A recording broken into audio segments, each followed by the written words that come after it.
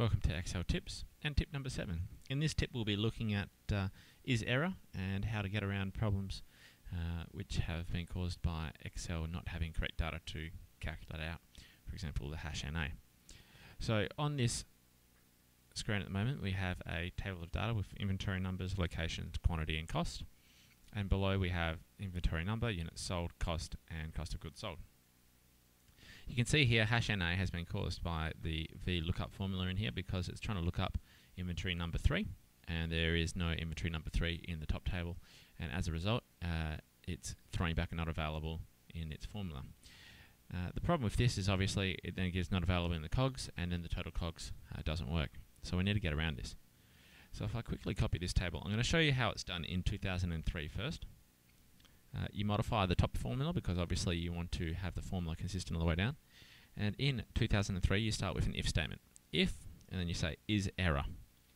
And ISERROR checks whether or not the function in front of it has an error in it. So I'll jump to the end of the formula.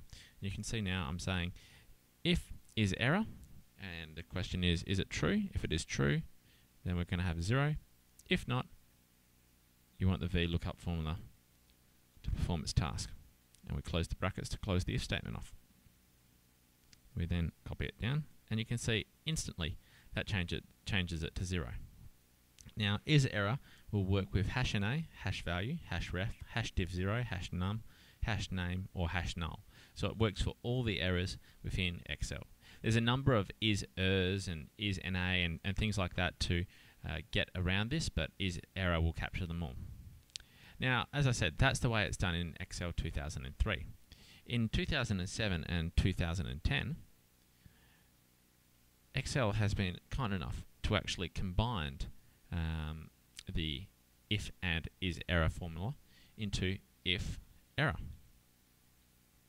And that means it will check this value here, and if it is, it will allow you to give an error value. Otherwise, it will perform the function. This means it's a lot neater and a lot more concise to work with. So a very, very nice addition in 2007-2010, which cuts down your formula size almost half. In an earlier edition, I also showed you about formatting in functions. I'll just quickly show it again. If you hit Alt and Enter, you can quickly break out the function. So you'll be able to see your ISERROR, VLOOKUP, and the different components of the if function. This would just quickly make it easier to review the function which is at hand. But that's just a little aside to today's tip of the week. So that is ISERROR and the error functions. You find them very, very useful as far as getting around those hash NAs and hash refs, which can often pop into a calculation if data is not available.